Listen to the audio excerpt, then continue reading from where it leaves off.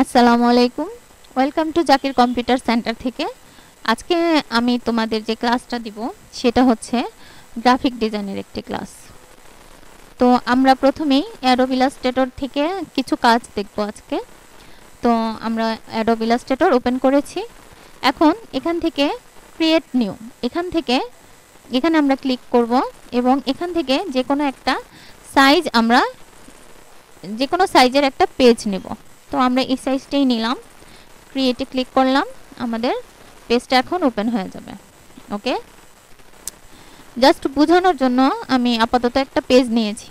তোমরা চাইলে তোমাদের ইচ্ছা মতো যে কোনো সাইজের পেজ নিতে পারো।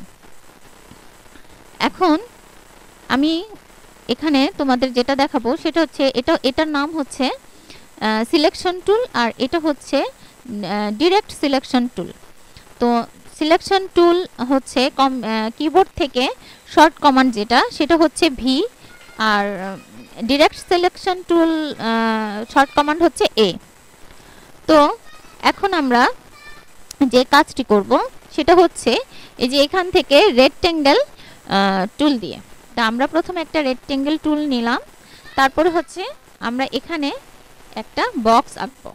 তো এই যে বক্সটা আঁকলাম, এই বক্সটার রং হচ্ছে কি, কালারটা হচ্ছে সাদা। তো আমরা কি করব, এই যে এখানে ক্লিক করে এই যে এখানে কালার দেওয়া আছে, এখান থেকে আমরা বক্সটাকে রেড কালার দিয়ে দিলাম।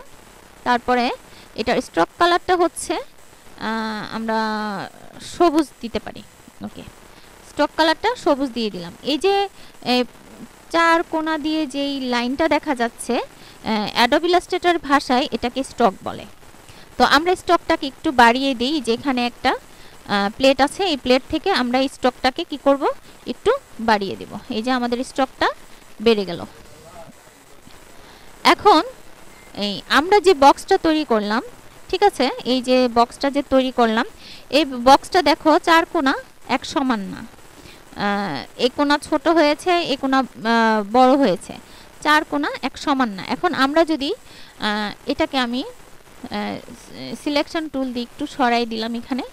এখন আমরা যদি চার কোণা সমান করতে চাই, তো এটা কি হচ্ছে, এটা চারপাশ থেকে সমান না। তো আমরা যদি চারপাশ এক সমান নিতে চাই, তাহলে শিফট চেপে ধরে রেক্ট্যাঙ্গেল টুলটাকে আঁকতে হবে। কিবোর্ড থেকে শিফট চাপবো, তারপরে হচ্ছে এইভাবে আমরা যদি ডার্ক করে দিই, তাহলে আমাদের বক্সটা এখন কিন্তু চারপাশ থেকে এক সমান হয়েছে।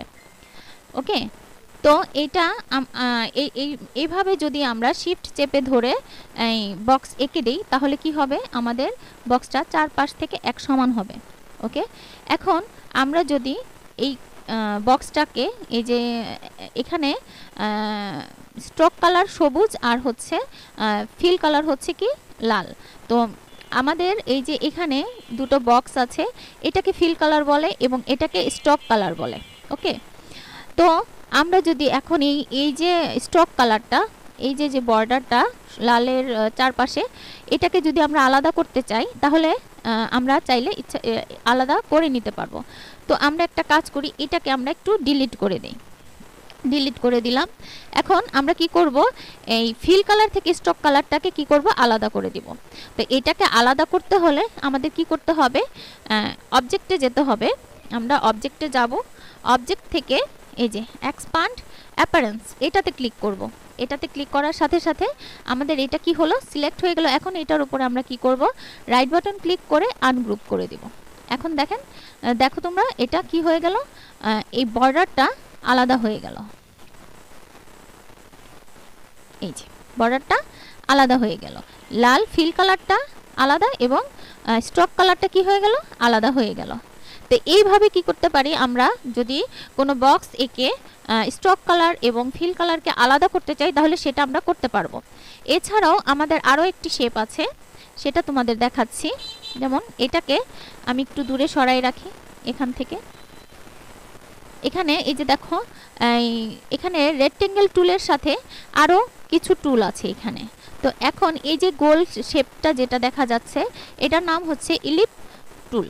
তো এটাকে যদি আমরা সিলেক্ট করি, তাহলে শিফট চেপে ধরে এটাকে সিলেক্ট করে, এখন আমরা শিফট চেপে ধরে যদি এটাকে আমরা এঁকে দিই, তাহলে গোলটা কি হবে, চারপাশ থেকে এক সমান হবে। ওকে, চারপাশ থেকে এক সমান হবে। আর আমরা যদি শিফট না ধরি, শুধু এমনি এমনি এঁকে দিই, তাহলে দেখেন এই শেপটা ঠিক এরকম হবে, পুরোপুরি গোল হবে না। এর জন্য পুরোপুরি গোল করতে হলে আমাদের কি করতে হবে, শিফট চেপে ধরে তারপরে হচ্ছে এই ইলিপ্স টুলটা আঁকতে হবে।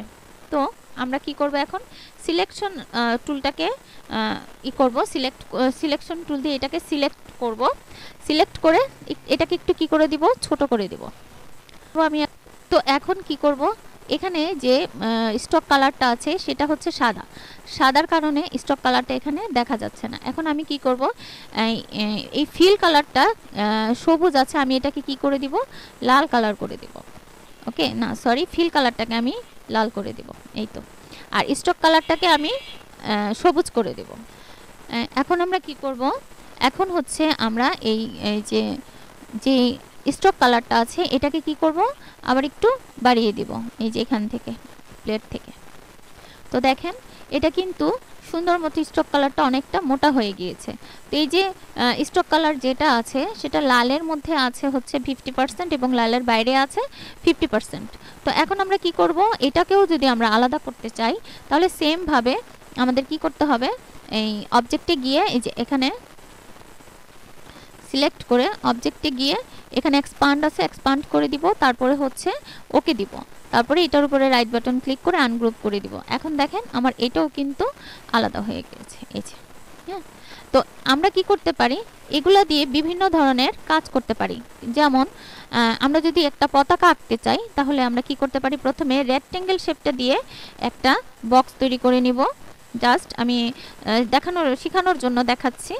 একটা বক্স তৈরি করলাম এবং এটার ফিল কালারকে আমরা কি করে দিব, সবুজ কালার করে দিব।